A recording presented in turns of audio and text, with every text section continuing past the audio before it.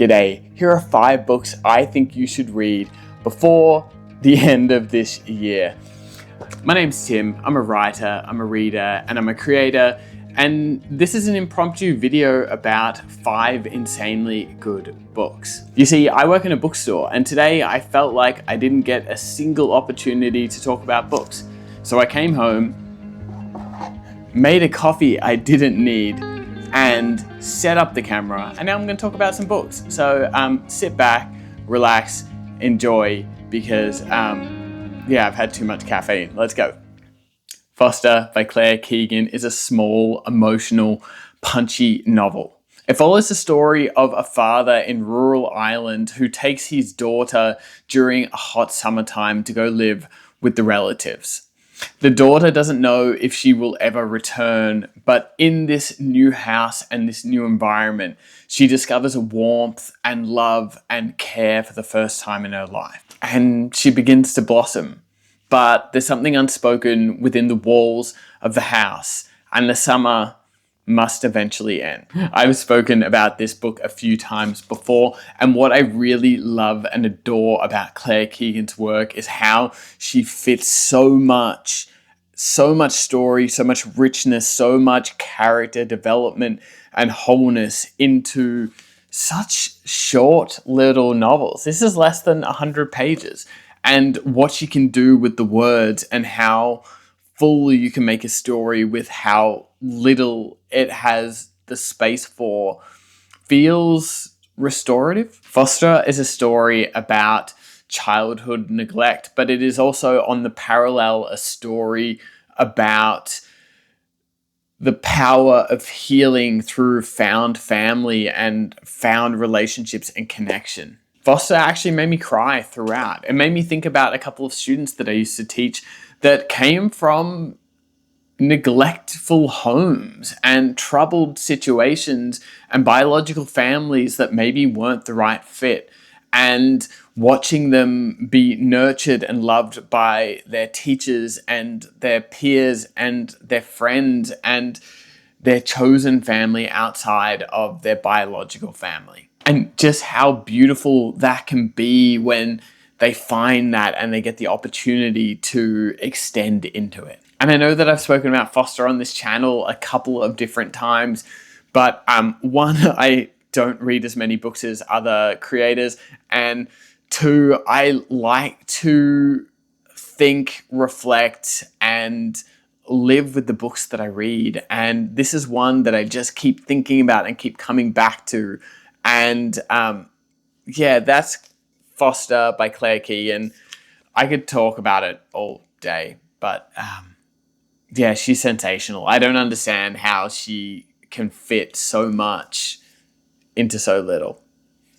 I know that I said that this video was impromptu, and technically it is. I had planned to make this video in the near to distant future at some point, but as I came up with this idea and I was thinking about insanely good books, I went to sleep thinking about it last night. And as I was thinking about that, I woke up this morning having dreamt of this book here. Anyway, I should probably tell you what this book is before I go too far into it. It's Wolf Border by Sarah Hall.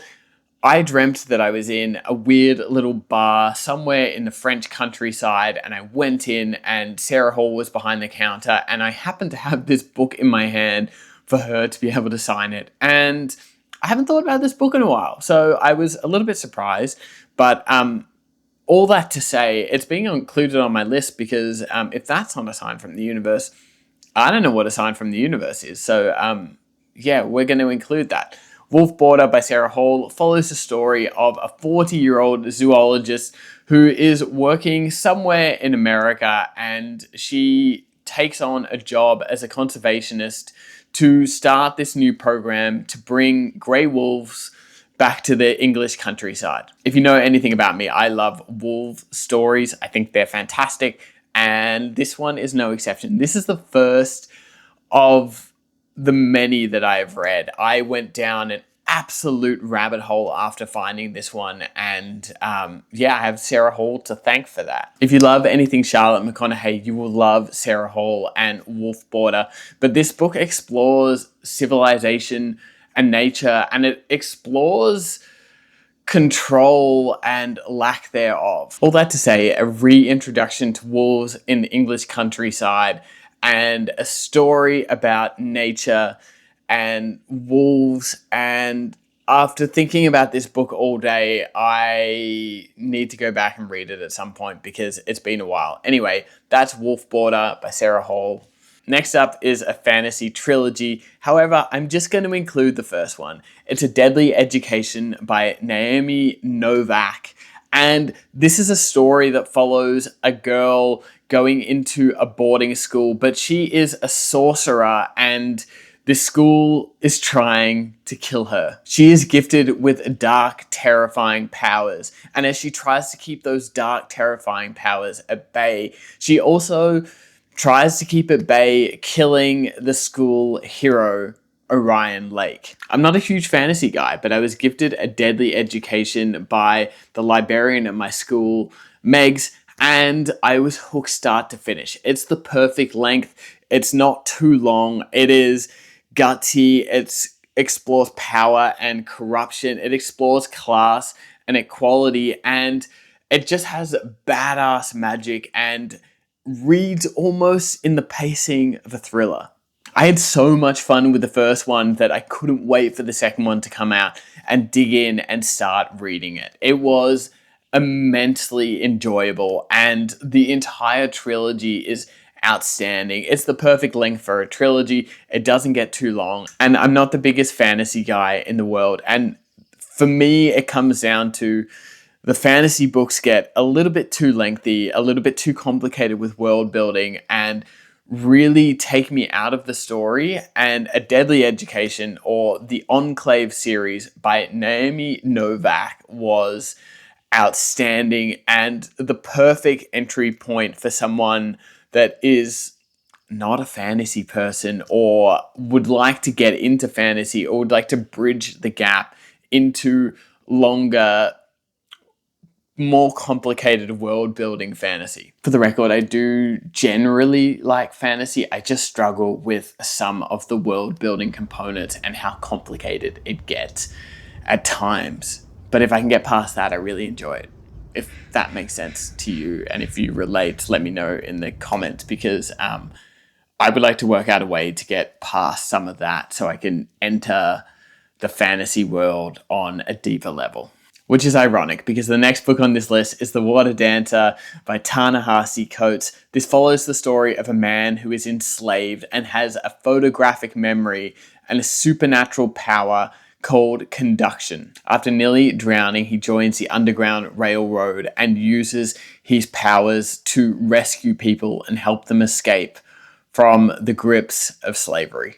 Ta-Nehisi Coates is one of the most beautiful writers I have ever come across, and it's not even close. The way that he uses language almost comes across as poetry. The prose is lyrical. It is absolutely stunning. This novel explores historical fiction but weaves in magical realism in this just gravitational way while exploring trauma and slavery and a different time period. It is a well-researched novel, but it is well-crafted.